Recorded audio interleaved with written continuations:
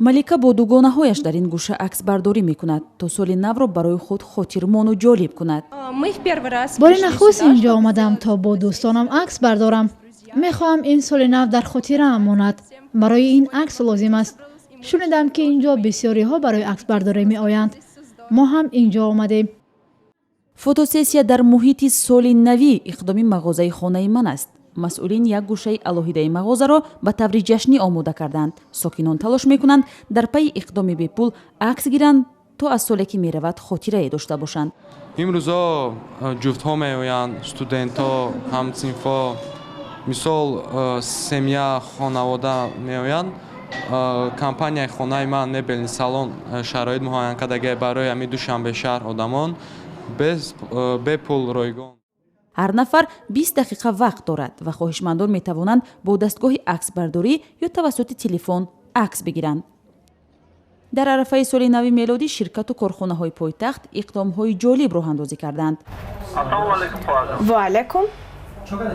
як фармоиш тайёр кунед барои мо. кадом тараф акаҷон? ба текстил равон кунед, аммо бобои барфи бошад. майла шакаҷон, ташаккур барои зангатон, равон мекунем. ширкати Олуча барои сокинони пойтахт хизматрасонии бобои барфиро роҳандозӣ кардааст. волидон бо истифода аз ин хизматрасонӣ фарзандони худро хушҳол ва боварии онҳоро ба мавҷудияти мӯъҷиза ва бобои барфӣ бештар карданд. дина бегонӣ буд, чӣ гӯям, як падар хай заказ кардан бобои барфӣ буд.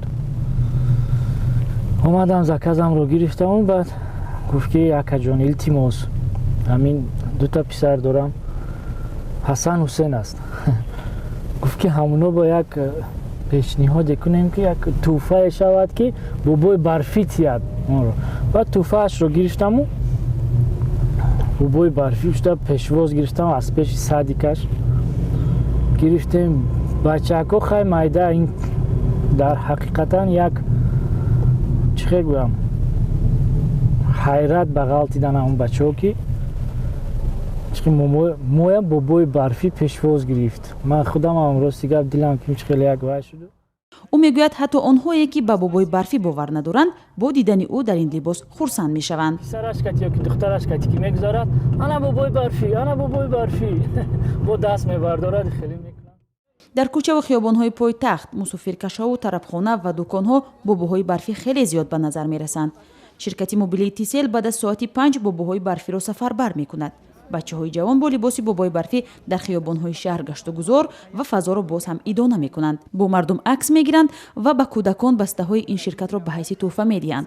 онҳо ҳам ширкати худро таблиғ мекунанд ва ҳам ба дигарон хушҳолӣ мебахшанд.